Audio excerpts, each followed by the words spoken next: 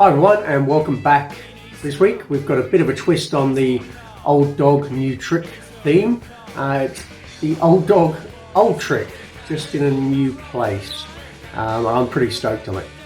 So I had a little session the other day with Keefer and Tom at the Shed skate park, which is the closest skate park to me with a vert ramp. It's indoors. I think it's like the largest indoor skate park in Australia. Definitely worth a visit if you're heading over this way. It's in Cranbourne in Victoria. Quite a big vert ramp. I think it's around 13.5 foot. A lot of people get a little bit put off by that, but once you get used to it, it's not too bad. And there is a full-size resi actually attached to it as well, which is really good to sort of help progress yourself with tricks that you're a little bit unsure about. Now, from the Trick a Week series that I did, backside airs seem to be proving quite difficult. I've sort of learnt them, relearnt them, lost them, relearnt them. This time from making that video, I think it was in the 20s, so it was nearly a year ago now. I've tried my hardest to try and keep them, trying to at least get a couple in every session, which hasn't always happened, but we've got to a point now where they're starting to get a little bit more consistent, so trying to actually play around with them a little bit more now. And this one I was totally stoked. Actually got to try and make backside air on the extension, so just getting the airs consistently on the vert ramp.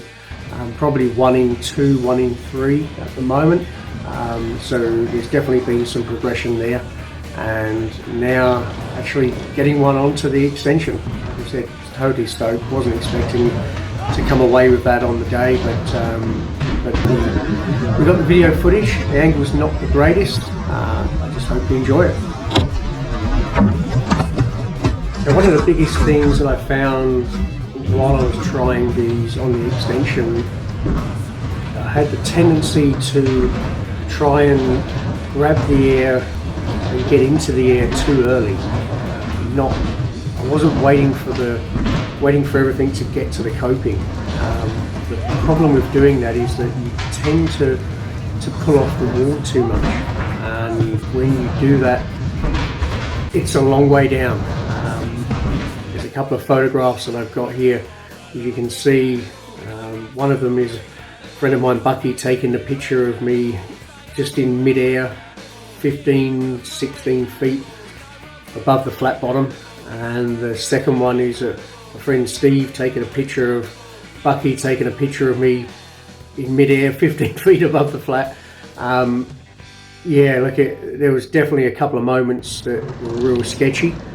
I did manage to get my foot to the transition to get out of that. I must have only been possibly 4 foot up the transition when I got my foot down, but I did manage to get out of that one. So that seemed to be the biggest thing, is just not pulling off too much and too early, letting yourself ride through the coping as you would do normally, but mentally in your head you feel like you need to grab that board and have that comfort there.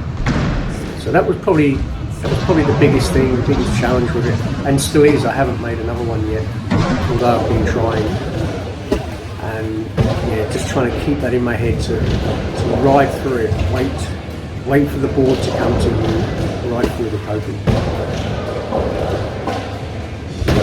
So I really hope you enjoyed that video.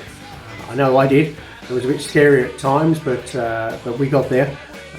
If you did, please hit that thumbs up button. Don't forget to subscribe for future videos. You can leave any comments below. My name is John Pearson, and thanks for watching.